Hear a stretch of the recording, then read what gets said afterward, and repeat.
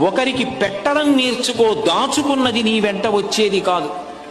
నరసింహ శతక కర్తే ఒక మాట అంటాడు, తల్లి గర్భము నుండి ధనము తేడెవ్వడు, వెళ్ళిపోయేడినాడు వెంటరాదు. లక్షాధికారైన లవణమన్నమే కాని మెరుగు బంగారంబు మింగబోడు. విత్తమార్జన చేసి విర్రవీగుట గాని కూడబెట్టిన సొమ్ము కుడువలీడు. కుందుగామరుగైన భూమి లోపల పెట్టి దాన ధర్మము లేక దాచి దాచి తుదకు దొంగలకిత్తురో దొరలకవునో. తేనెజుంటీ గలీయవా తెరువరులకు, భూషణ వికాస శ్రీధర్మపుర నివాస దుష్ట సంహార నరసింహ దురిత దూరా.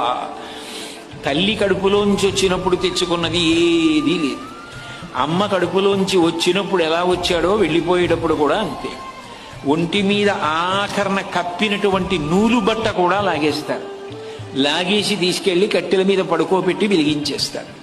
ఒంట్లో ఉన్న నెత్తురంతా ముద్దలు ముద్దలుగా కట్టెల మధ్యలోంచి పడిపోతుంది. ఒంట్లో ఉన్నటువంటి మాంసం అంతా కాలిపోతుంది. తల వెంట్రుకలు మొదలైనవన్నీ ఊడిపోయి గాలికి ఎగిరిపోయి చెట్ల మొదట్లలోకి వెళ్ళిపోతాయి. ఎముకలు ఊడి మెల్లిమెల్లిగా కింద పడిపోతే కొడుకు అస్థి సంచయనం చేసి తీసుకెళ్లి గంగా నదులలో కలిపేశాడు. ఏది మిగిలింది? ఇలా ఇలా ఉన్నన్నాళ్ళు చూపించి బోరలు విరిచినటువంటి వాడు తుట్టతొతకు ఏమయ్యాడు, పిడికెడు బూడిదయ్యాడు.